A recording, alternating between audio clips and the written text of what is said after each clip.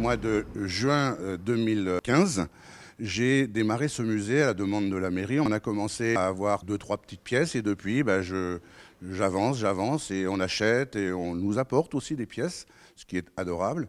Et j'ai constitué vraiment les forces alliées américaines, britanniques et françaises, puisque sur le débarquement et surtout pour la partie aéroportée, il y avait 22 Français. 9560 alliés, dont 22 Français. Premier RCP, et ce qu'on voit ici, un soldat, Muiwa d'ailleurs, un parachutiste, en tenue britannique, s'appelle Claude Maurice Jacquemet.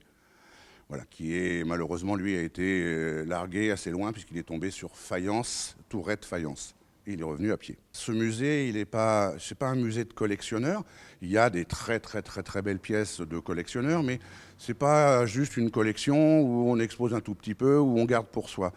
C'est vraiment pour le partage, d'une part, pour la mémoire, et tous mes bénévoles sont passionnés déjà de l'histoire, et bien évidemment du débarquement de Provence qui a fait que nous soyons aujourd'hui libres et la France libre. Alors, très important, pourquoi cette opération aéroportée? Puisqu'ici, on a l'axe principal qui est l'aéroute nationale 7, et cet axe avec un pont à l'entrée du Muy, cet axe était très important pour le débarquement de mer. Il fallait bien envoyer les véhicules et la troupe qui vont rejoindre pour libérer Toulon, libérer Marseille, etc. Et après, pour d'autres, pour repartir vers l'Italie. Donc cet axe, pourquoi libérer le Muy? Pas libérer le Muy, pas d'intérêt vital à libérer un village, sauf qu'il était effectivement bien tenu par des Allemands, en grand nombre, et qui ont bataillé, et il fallait avoir cet axe bien tranquille et sauver le pont. Le Muy a été libéré en 2 jours. Il a fallu 2 journées complètes pour libérer le Muy. Donc ça s'est vraiment beaucoup bataillé aux entrées, au poste d'Allemands. Il y avait des mitrailleuses, donc ça a été très dur, très tendu. Voilà, donc 2 jours, on a été libérés le 16, en fin d'après-midi. Le débarquement de Provence, il a été vital pour le débarquement de Normandie. À l'origine, il doit y avoir les 2 débarquements en même temps.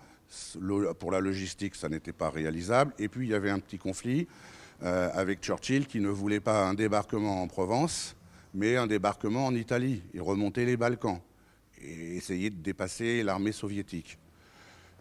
Par contre, le général de Gaulle, lui, s'est battu, et pour obtenir un débarquement en France et avec une armée française, la fameuse armée d'Afrique.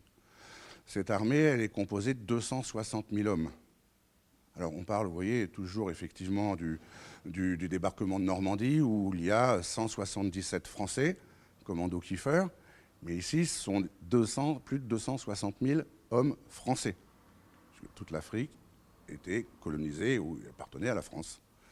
Donc c'est vraiment pour nous ce que l'on fait toute l'année, c'est beaucoup de commémorations, beaucoup de choses, vraiment pour la mémoire de ceux qui sont venus ici mourir et ne jamais oublier qu'ils avaient entre 17 et 19 ans. Donc ça c'est important, ils sont venus de loin, ils ont sacrifié leur vie et là on leur doit vraiment le respect, les honneurs et la mémoire. Voilà pourquoi on fait ça.